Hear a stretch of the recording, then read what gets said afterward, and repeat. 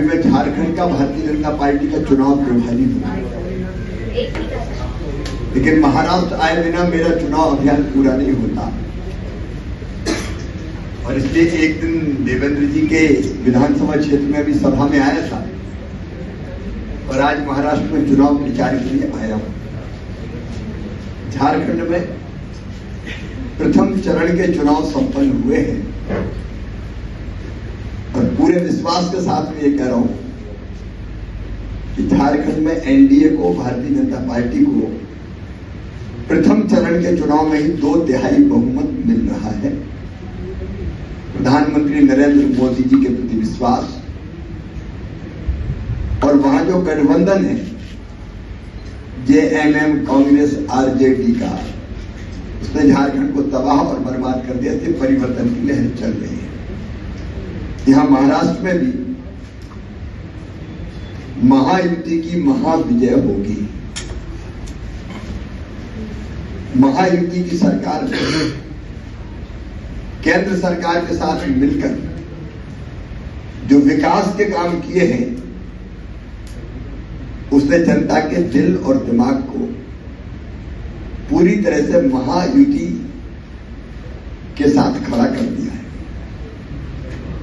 आज नागपुरी अगर आप देखें तो 1 लाख करोड़ रुपए के काम यहां चल रहे हैं।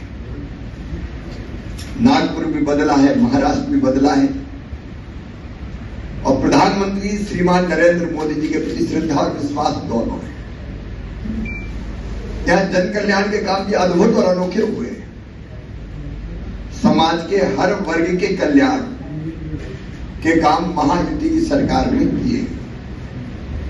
मैं विशेष रूप से महिला सशक्तिकरण के लिए जो कदम महाराष्ट्र में उठाए गए हैं, उनके लिए महायुति की सरकार का, शिंदे साहब, देवेंद्र फडणवीस जी, अजीत पवार जी का अभिनंदन करता हूं। सशक्तिकरण की अनेकों योजनाओं में से एक प्रमुख है माझी लाड़की बहना योजना, बहन योजना। ये योजना केवल योजना नहीं है, बहन और बेटियों की जिंदगी बदलने का अभियान है। आधी आबादी को पूरा न्याय है और विशेषकर वो गरीब बहनें जो 1000-2000 रुपए के लिए कई बार हाथ फैलाती थी जरूरी कामों के लिए, उनके लिए वरदान साबित हुई है। और अब तो महायुति की सरकार ने घोषणा की, अभी 1500 रुपया महीना दे रहे हैं। अपने मैनिफेस्टो में हमने कहा है कि अब 2100 रुपया महीना इसको बढ़ा के किया जाएगा। बहनों ने इस राशि का सदुपयोग किया है और कई ने कई तरह के छोटे छोटे काम धंधे प्रारंभ कर दिए। लेकिन किसानों के मामले में भी महायुति की सरकार ने अभिनंदनीय कार्य किए। प्रधानमंत्री किसान सम्मान निधि, प्रधानमंत्री जी 6000 रुपया किसानों को देते, लेकिन यहां 6000 रुपया और अतिरिक्त दिए जाते। 1000 रुपया महीना मतलब 12000 रुपया किसानों को मिलते हैं और ये बढ़कर 15000 रुपया होने वाले हैं। छोटे किसानों के लिए ये किसान सम्मान निधि वरदान साबित हुई है। यहां फसल बीमा योजना केवल 1 रुपया है। किसान को नहीं देना प्रीमियम का अपना हिस्सा, एक हिस्सा केंद्र सरकार देती है और राज्य सरकार के हिस्से का पैसा राज्य सरकार देती है। किसानों से केवल 1 रुपया लिया जाता है। ये अपने आप में अद्भुत है।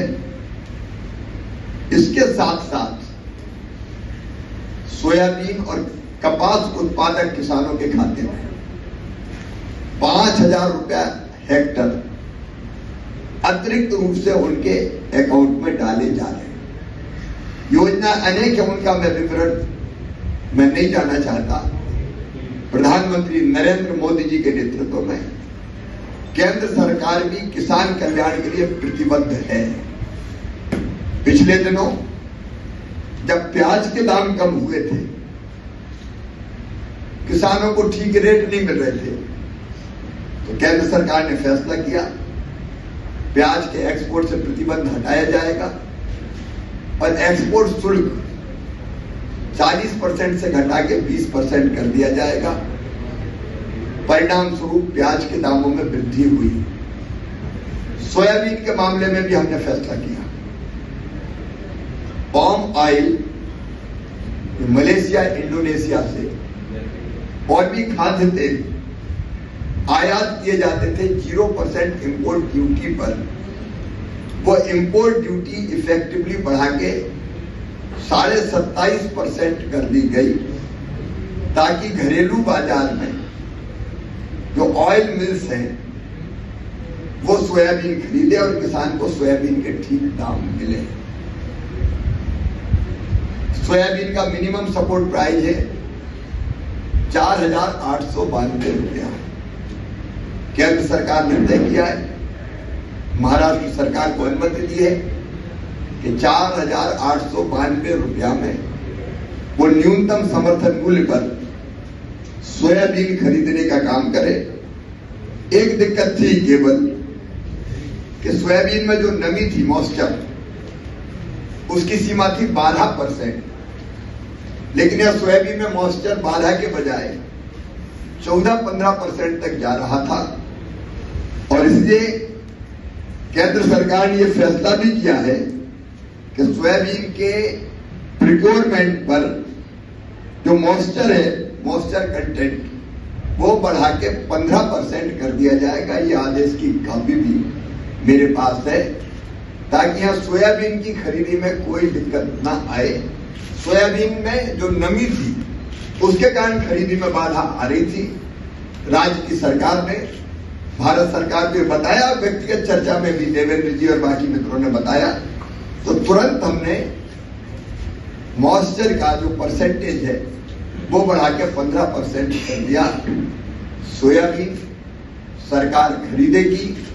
मैं किसानों को आश्वस्त करना चाहता हूं कि वे बिल्कुल चिंता ना करें। हमने अनेकों और योजनाएं बनाई, उनमें से एक है भावांतर भुगतान योजना।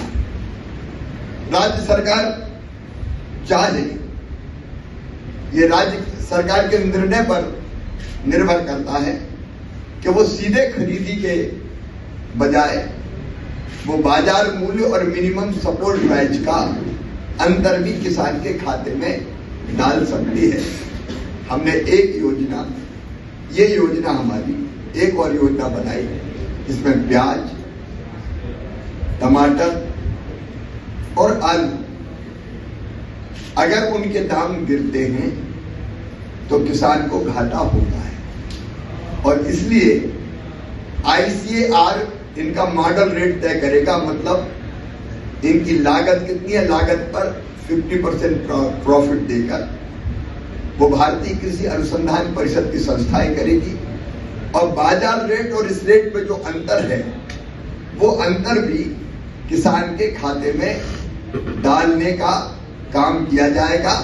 केंद्र सरकार 50% और राज्य सरकार 50% जो घाटा होगा उसको वहन करने का काम करेगा, ताकि प्याज, टमाटर और आलू उत्पादक किसानों को दिक्कत ना हो। पीएम आशा के अंतर्गत हमने एक फैसला और किया है कि कई बार गांव में किसान को दाम मिलते हैं कम, और इसलिए वो अच्छे दाम के लिए शहरों में अपने उत्पादन को ले जाना चाहता है, चाहे वो प्याज हो, टमाटर हो, आलू हो, लेकिन बीच में ट्रांसपोर्टेशन के खर्चे के कारण वो ले नहीं जा पाता। वो खर्चा, भाड़ा इतना लग जाता है ट्रक का या जिस भी माध्यम से ले जाता है कि फिर उसको वहां बेचने में भी प्रॉफिट नहीं होता। इसलिए क्रांतिकारी फैसला ये किया है कि अगर कोई किसान अपने उत्पाद को मुंबई, दिल्ली या गांव में कहीं पैदा करता है, नागपुर लाके बेचना चाहता है, तो ट्रांसपोर्टेशन का जो खर्चा होगा, वो ट्रांसपोर्टेशन का खर्चा उसका सरकार वहन करेगी। राज्य सरकार और केंद्र सरकार मिलके इस योजना को भी राज्य सरकार की सहमति से लागू किया जाएगा। तो किसानों के कल्याण के लिए केंद्र सरकार कटिबद्ध है, प्रतिबद्ध है।